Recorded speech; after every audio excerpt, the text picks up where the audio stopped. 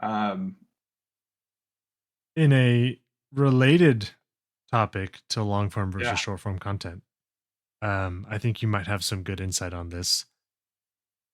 What about live streaming?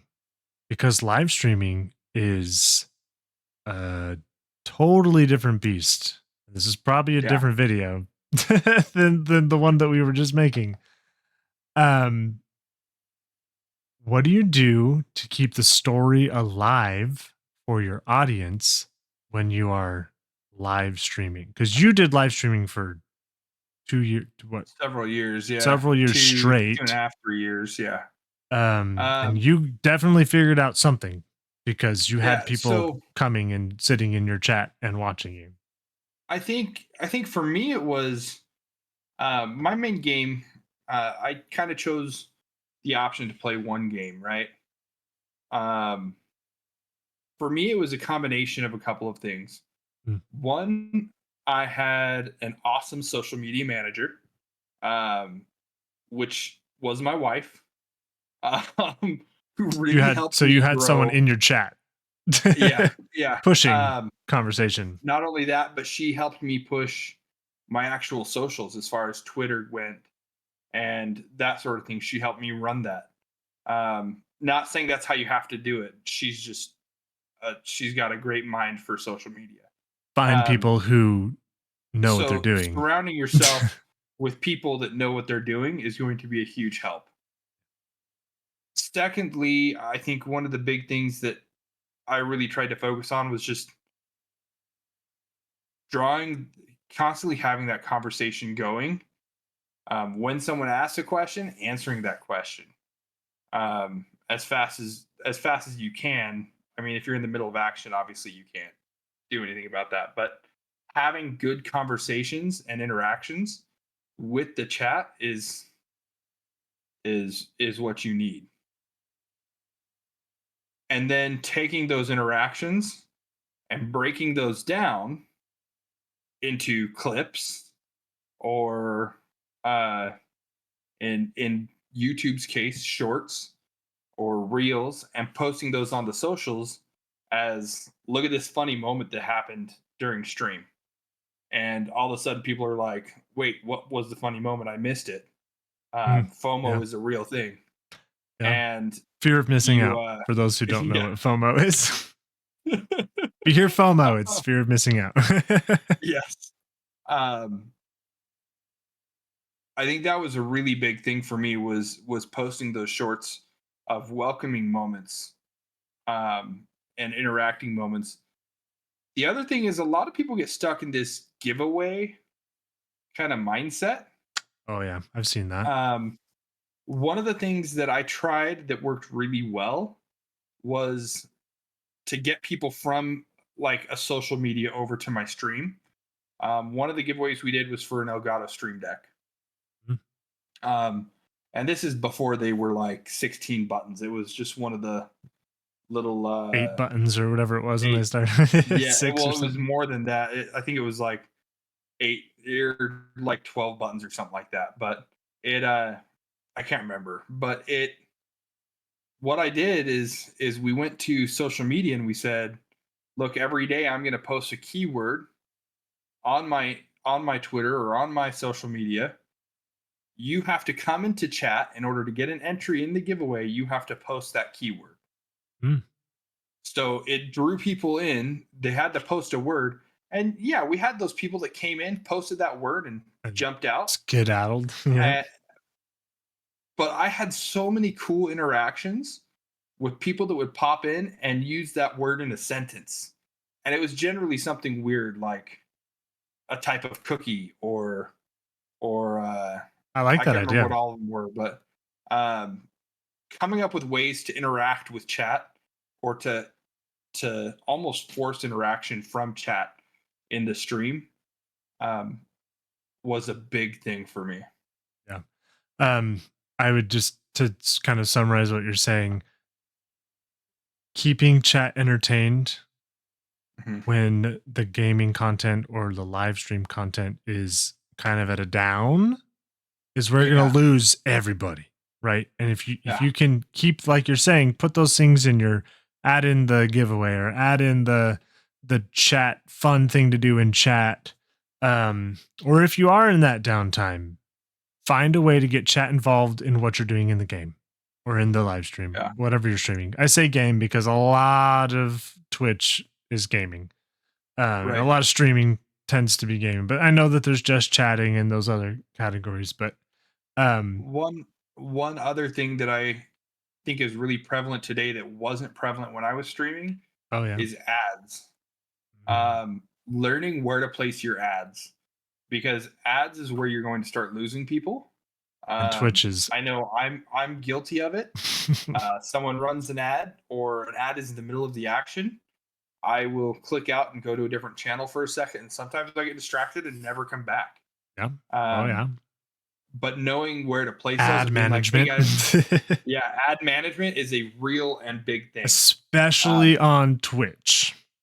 yeah, YouTube, I don't know how they do ads on live streams. When I monetized on my Cap Cabbage channel, we could figure that out. But we can figure that out. or Yeah, on here when we do live streams, because but um yeah, ads are awful. Pre-roll ads, meaning someone comes into your channel to watch you and then they immediately get hit with an ad. And with Twitch, it's not one ad, it's 3 ads. And they're 40 seconds long. Like it's yeah. terrible right now. Well, the It's new thing that Twitch has terrible. started doing as of now, which is what it's is it September yet? But it's 2023 it's September. 2023. One of the things that they've started doing is, instead of listing how many ads you're going to have, they just put down the number, timestamp of how long you're going to be in an ad. So instead of seeing that little 1 of 7, you'll see 2 minutes and 30 seconds. And that just, it irritates me. Oh, But ads are a good thing. They can we be a hate good thing. ads. We all hate ads. We all And on hate them, Twitch, you but can't skip them. In fact, on YouTube, as the creator, I believe you can enable or disable skipping. I'm pretty sure you can. I don't know that we'll for have to sure. look It's into been a that. long time since I've talked to someone who's monetized. Get us monetized so we can talk about it. So you can know what to expect. Keep watching our podcasts and our videos. But I think you can. And if so, people love skipping ads on YouTube, and I think that's fine. You're, as a creator, not going to really make a lot of money off your ad revenue. That's In just the part of it. beginning, yeah. In the beginning, or in general, even. Um, some people pay for YouTube Premium, and that means it's ad free. And those creators Mhm. that you're watching are probably getting some type of a percentage from the YouTube Premiums, whatever's. And that same thing applies like on Twitch with subscribing. A lot of creators, if you sub to them, they enable on Twitch, you can check a box that says no ads for subscribers. Does Mhm. Twitch honor that? I hope so. I don't know. I hope they do, but Twitch is a hot mess. So who knows if they even care that you check that box. I hope they do, because people are I paying hope they money do too. to watch somebody. They Ah, shouldn't have to get ads. yeah. Um, anyways, that's a bit of a tangent um, from what we were talking about. But I do think that live streaming in its own is a totally separate beast from long Yeah. form versus short form content, because live streaming is typically 4 or 5 times longer than any other type of long form content. Even Yeah. podcasts, right? Some podcasts go for a long time, but typically they'll break them up into episodes, right?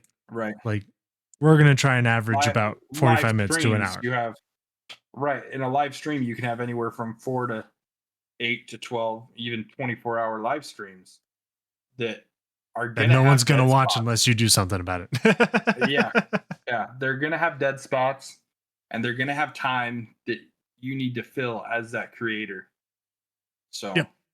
Your chat will be quiet every now and yep, or from the beginning. Live yeah, streaming, and also this is back to audience with live streaming and audience. Um, when you are building a community and you're trying to get content out there that brings people into your community, just hitting go live is not going to get you an audience. It won't. You have to be taking those live streams. And when you're new at live streaming, or you're just an affiliate on Twitch or whatever, when you're new and you don't have a consistent amount of viewers, that is, I would say, over 10 viewers, right? If you're under 10, what I would do, this is my advice from my experience, and I need to do this more when I live stream. Treat your live stream like it's a bunch of 15 to 30-minute segments, and put those videos on YouTube so people can know who you are, because the YouTube algorithm is going to push that stuff out. Twitch is never going to help you because they don't have an algorithm. They don't help. Well, they do have an algorithm. It's no, they don't. Different. It doesn't. No, it doesn't hasn't helped you. It won't help anybody. Twitch isn't. No, you can't hit live and just cross your fingers. It's just not. It's not going to happen. People aren't. There are a few times that people have been like, "Oh, it was on my recommendeds on Twitch." Like people came into my chat. And they're like, oh, it was on my recommendeds. I'm like, that's sick. I didn't know that worked. It doesn't work. It's not going to bring in 10,000 people, right? It's just not going to happen. So you have to, especially at the beginning of live streaming, you have to have long form content in mind. And then once you make your long form content from your live streams, cut it down into short form content. That's how we go full circle into how they're all connected and back to our web of building it all on top of each other. Yeah. So I have a question for you, Cabbage. Yeah. How do audience member interactions differ between short form, long form, and live streams? I feel like short form is just gonna, I mean, we got our first comment, like we said, on one of our shorts, and you want to interact with those people 100%. Like if you're going to get someone commenting on a short, especially at the beginning, start interacting, comment on it, because they're going to come back to respond to you, right? And I think that it also applies to like longer form videos on YouTube. But even if you're doing short form stuff on Instagram, like just a picture, right? That's pretty short. It's just a photo, right? People are just scrolling and they see your photo.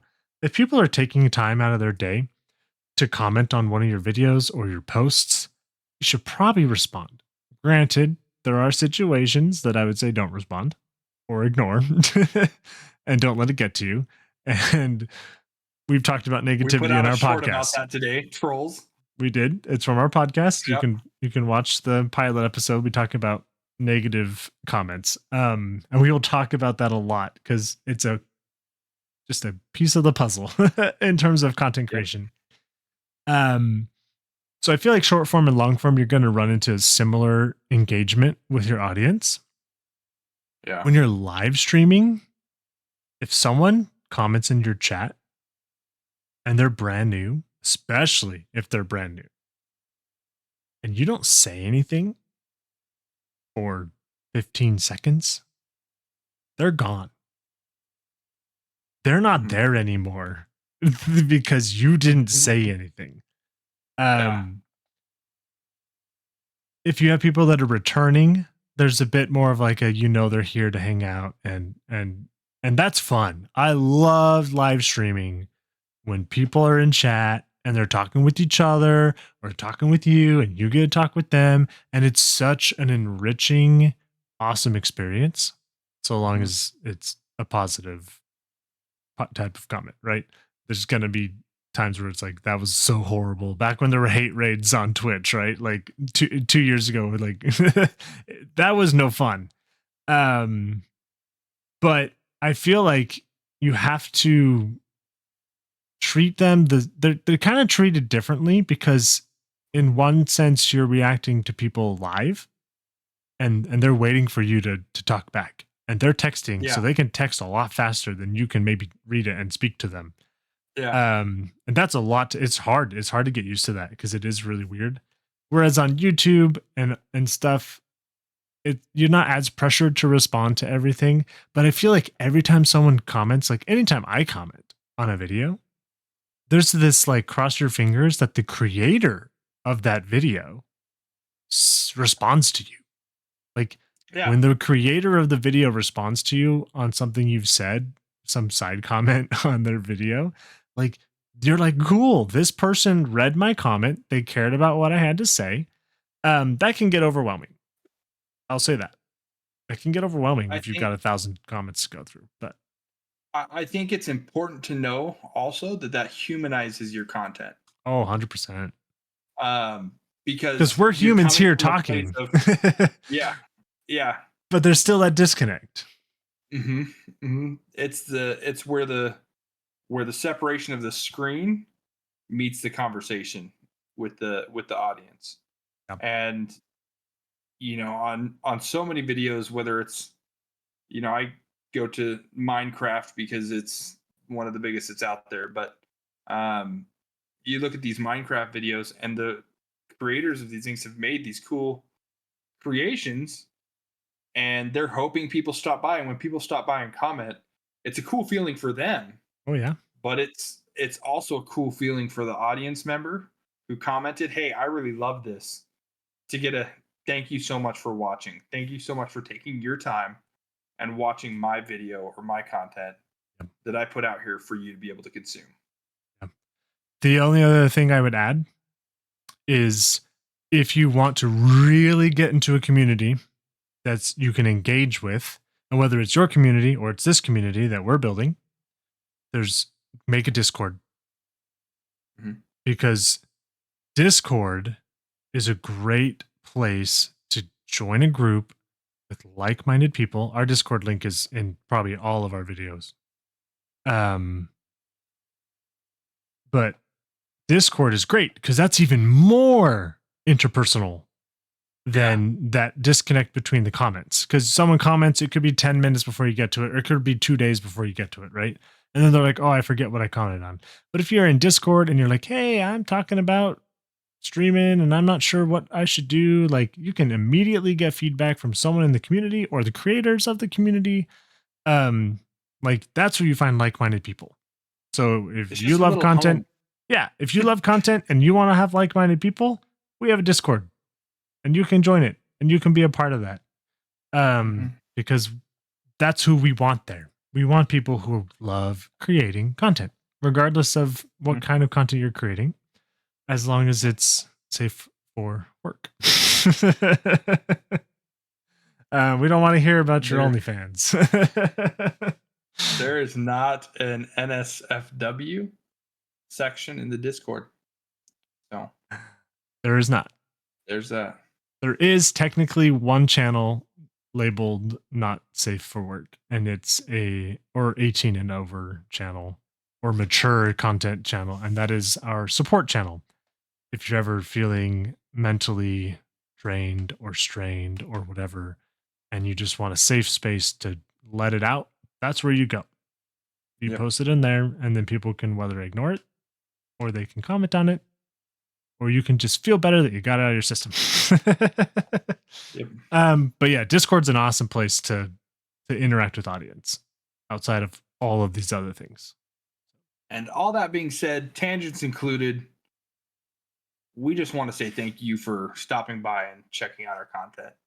Yep. Um, Checking out the videos, checking out the shorts, the likes, the shares, the stuff on social media, and the DMs that we've gotten in Discord have been awesome to see.